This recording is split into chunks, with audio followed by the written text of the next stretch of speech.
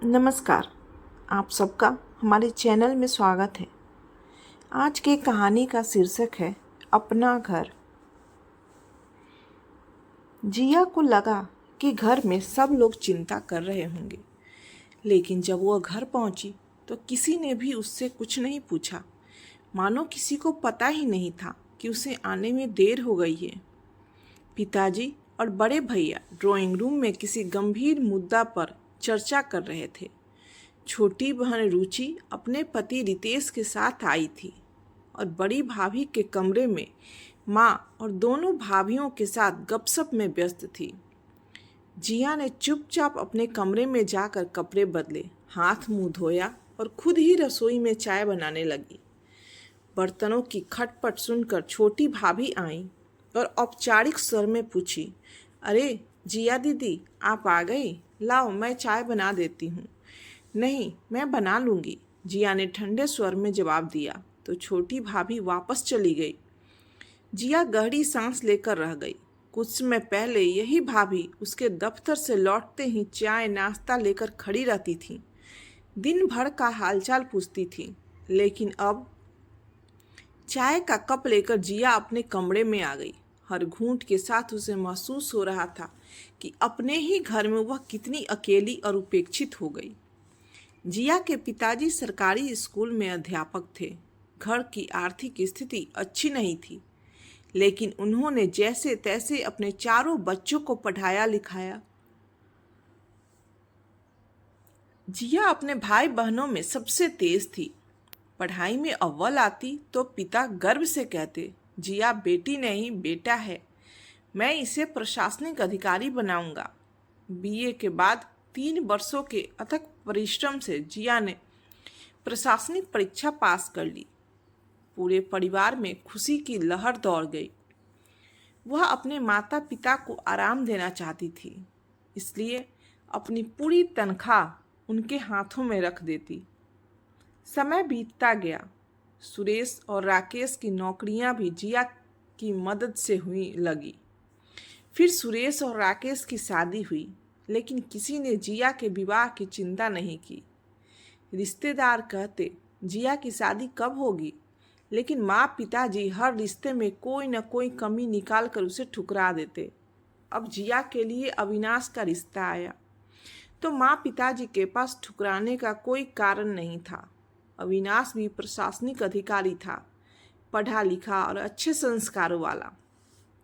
रिश्तेदारों के दबाव में आकर आखिरकार बेमन से माता पिताजी ने शादी कर दी। शादी के बाद भी जिया अपनी आधी तनख्वाह अपने मायके भेजती थी, अक्सर वहां चली जाती। अविनाश को यह सब पसंद नहीं था।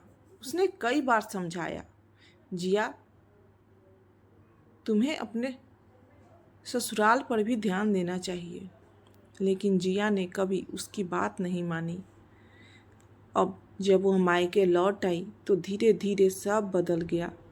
पहले जिस घर में उसकी बातों का महत्व था, अब वही घर उसे अनदेखा करने लगा।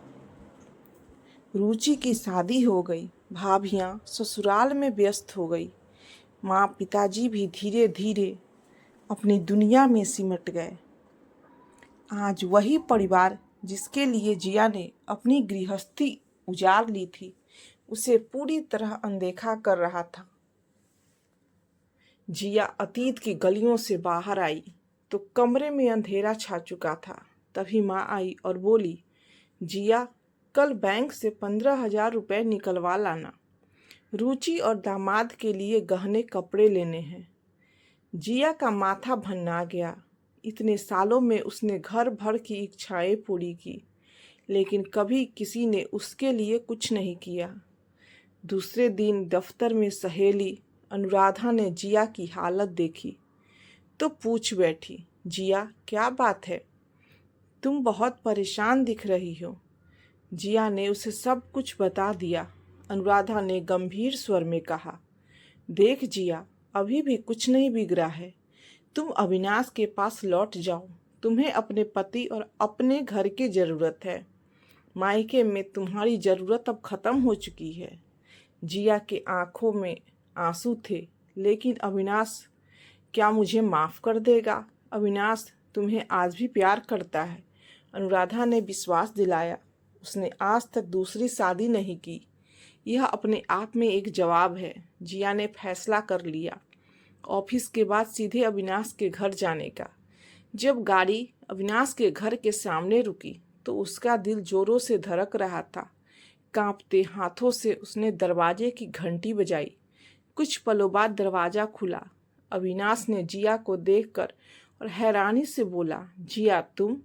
मुझे माफ़ कर दो अविनाश, मैं अपने घर लौट आई हूँ। जिया की आंखों से आंसू बहने निकले। अविनाश ने उसे गले लगा लिया। जो बीत गया उसे भूल जाओ। यह घर और मैं आज भी तुम्हारे हैं। जिया को लगा उसकी दुनिया फिर से बस गई है। नया जीवन, नई शुरुआत। अविनाश दियों को सजा रहा था। यह क्या कर रहे हो? जिया ने पूछा। दिवाली के दिए जला रहा हूँ। लेकिन दिवाली तो बीत चुकी है। मेरी दिवाली तो आज है, जब मेरी लक्ष्मी वापस आई है। जिया की आंखों में खुशी के आंसू थे। आज उसे समझ आया, असली घर मायका नहीं ससुराल होता है। अब वह कभी भी अपने पति, अपने घर और अपनी खुशियों को छोड़कर नहीं जाएगी। देर से ही सही, लेकिन उसकी जिंदगी में खुशहाली के दिए जल चुके थे। यह कहानी आपको कैसी लगी हमें कमेंट में ज़रूर बताएं। नमस्कार।